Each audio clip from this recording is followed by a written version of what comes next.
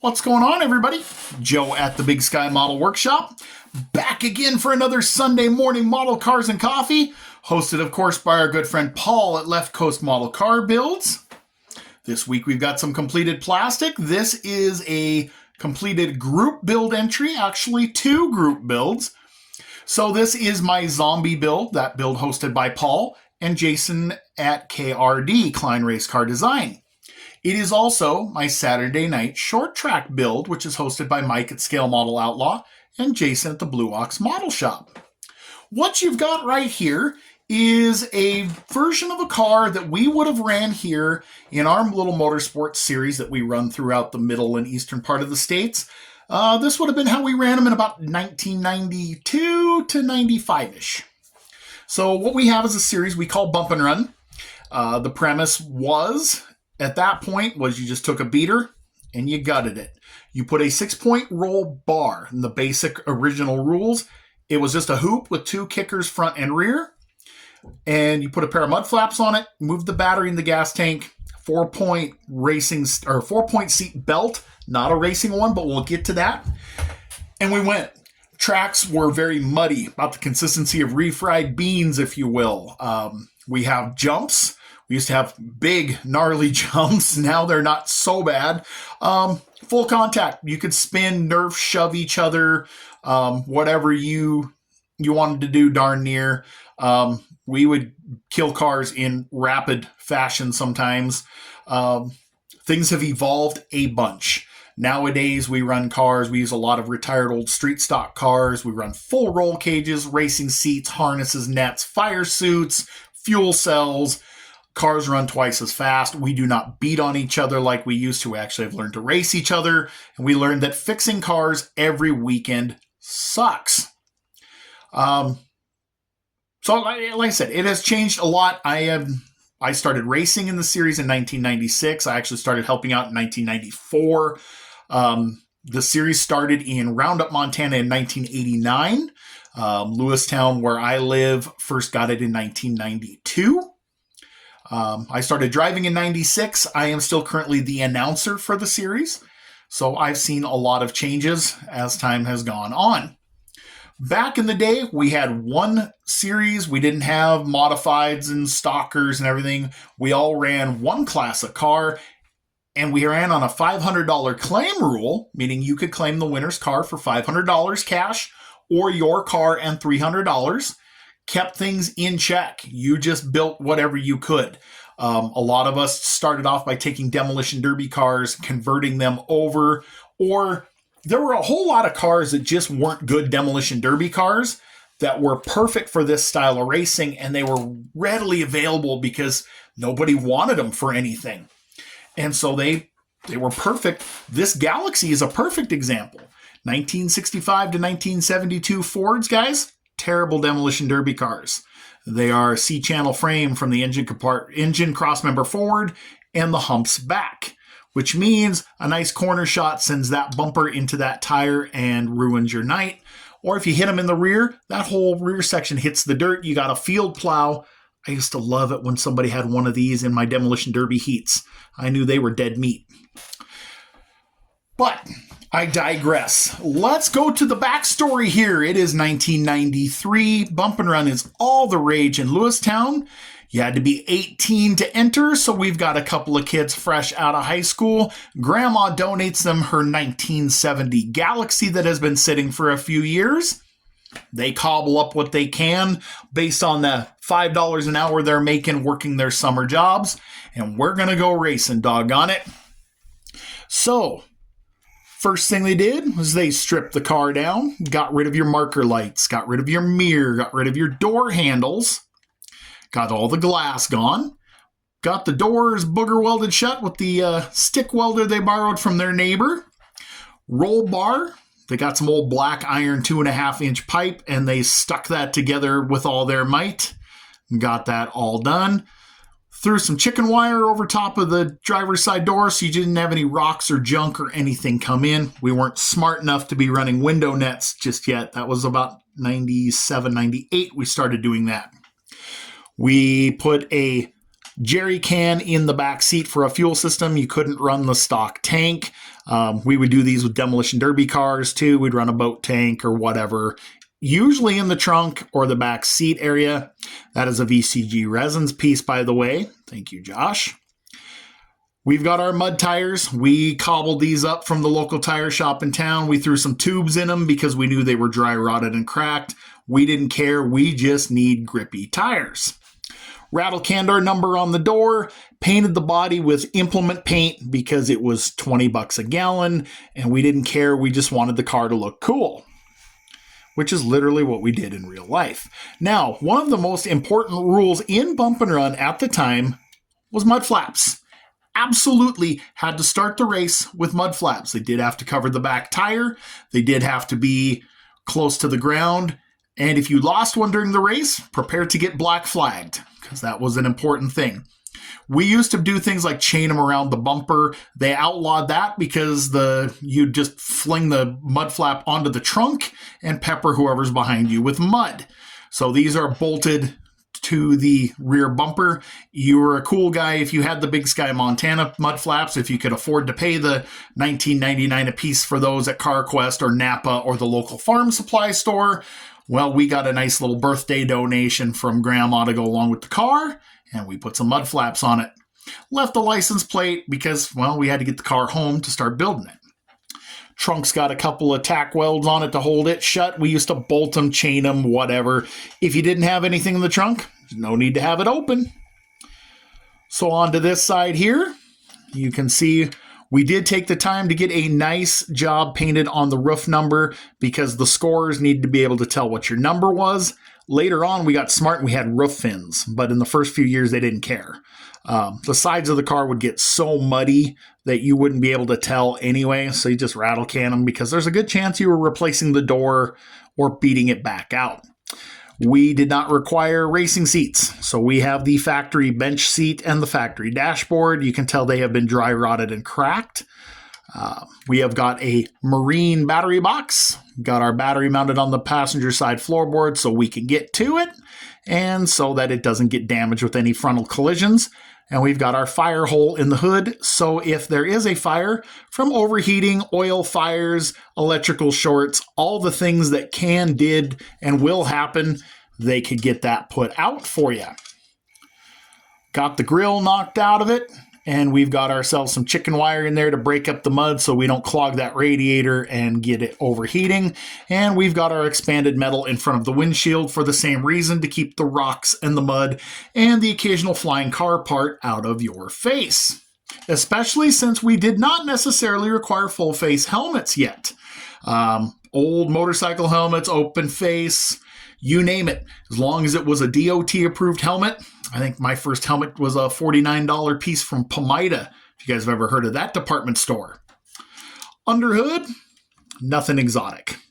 We are under a claim rule. We did not want to run any hot rod anything because you guaranteed to get your car claimed and all your hard work was for naught.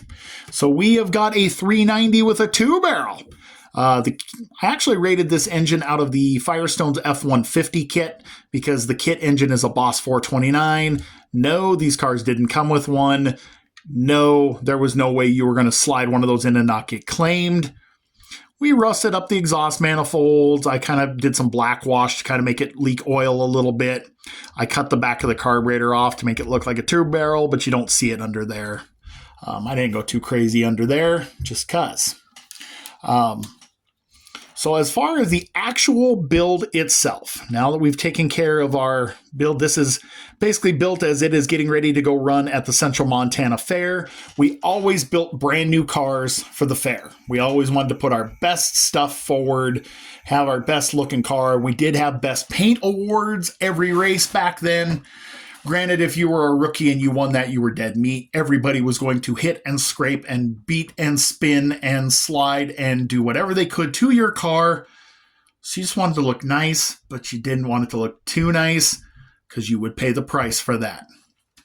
Anyways, the build itself is AMT's 1970 Ford Galaxy police car. Tires came from the AMT F-150 kit. Wheels are stock Steelies. This is screen door material to do this. And this is 2.5 millimeter evergreen tube we did for that. As I mentioned, my jerry can came from VCG Resins. My mud flaps came from my buddy Kevin Harmala. I will tag his channel in the description below. Kevin, thank you so much for printing those for me, buddy. Those are awesome. Paint is Krylon Shortcuts Bonnet Blue. We used to slather these things in a heavy coat of enamel, and so I did it the same way. I actually didn't care that it had dust and nibs of stuff in it. I never got to paint my car in a nice place. We usually painted them outside, so what do you expect in the summertime? Bugs. Dust and dirt and bugs and whatever. So it has got a scale, dust and dirt and bug finish. Battery box came out of Revell's 1930 Model A. Engine came out of the, as I mentioned, the Firestones kit.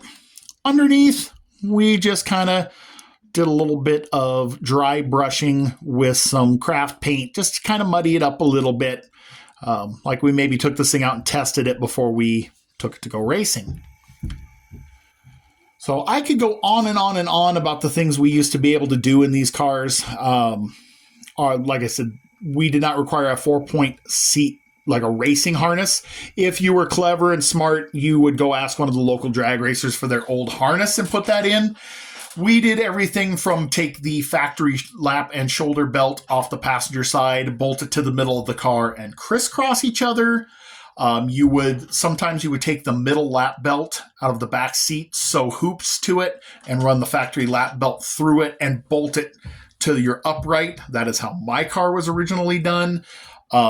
We didn't run window nets. We didn't have fire suits. We raced in shorts and tank tops and like idiots. We're lucky that nobody ever got hurt. But back then, we didn't run fast enough. We weren't rolling over. We weren't flipping cars. We were just beating and banging, running about 35, 40 miles an hour. I know that doesn't make it right, and we have evolved during my time as the tech inspector over the last decade. We have added racing seats, fire suits, helmets, encourage people to start wearing Hans devices. Safety has come a long way. It was paramount. But back then, man, we just ran these. You didn't bother to put shocks, new shocks in them or anything like that. As time went on, we started putting 2 shocks per wheel and adding roll bars into the back and into the front. The early days, roll cages were made out of exhaust pipe, swing sets, black iron pipe, mini truck roll bars.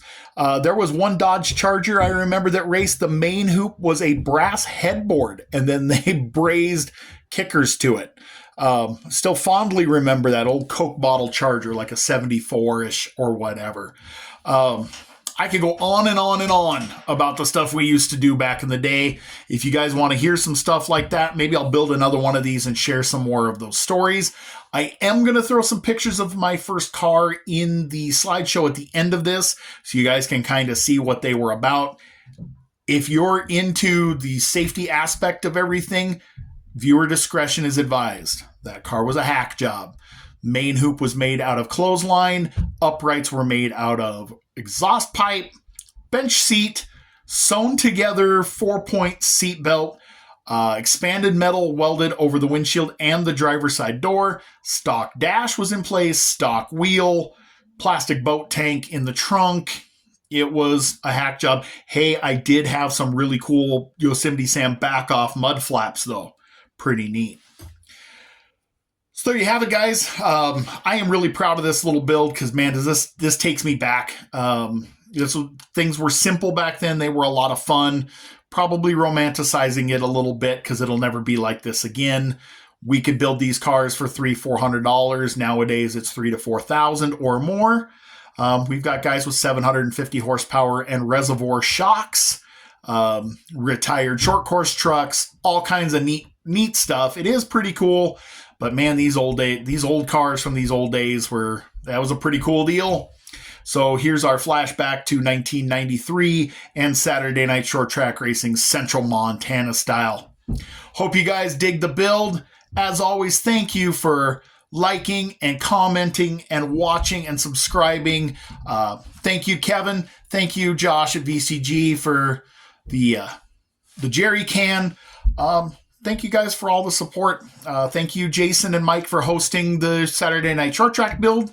Guys, that build still goes through May, so there's still plenty of time to put a car together. And then Paul and Jason Klein, thank you for hosting the zombie build so that I actually got this thing done. One little detail. The reason that this became a zombie group build, guys, is when I was modifying the interior tub, I broke the back of the interior tub trying to cut the back seat out because we stripped these cars of their door panels and their back seats and their carpet. So what I ended up finally doing is using some evergreen sheet after making a template from some index cards, and I made a back panel that looks like the seat was cut out and removed, and I had to do a little bit of scratch building and rebuild the whole back half of the interior tub. From here, looks pretty doggone good, I think. Kind of hard to tell. Interior, I painted the whole interior tub in black primer, and then I just lightly dusted it with the light blue to make it look like overspray, or like how the car would have been from the factory. Once you strip the interior, it's not completely painted. It's just kind of oversprayed when they sprayed the car in production. My welds I did with super glue, immediately followed by some Instaset. So you kind of get I've got the MaxiCure, BSI MaxiCure, and then I just hit it with that, and it globbed it and hardened it right away and made it look like welds, which is what I wanted. And then I dry brushed some craft acrylic over top of my welds here to make it look like they just put some black iron pipe together and booger welded it. I did some craft acrylic crackle medium to make the seat and the dash look like they had been weathered too. So there you go, guys. That's everything on the build, I think. If you want to hear more about these cars, I'd be more than happy to build some more of them. Said I'll throw some pictures at the end here. Hope you guys like everything there. I'm going to let you go. I've probably rambled on for close to 15 minutes here. This is like my third take. I'm trying to keep it as short as possible so you guys can get on with your Sunday. So I hope you had a great week. Thank you, as always, for watching. Hope your weekend and next week go awesome. God bless you, and I'll catch you on the next one.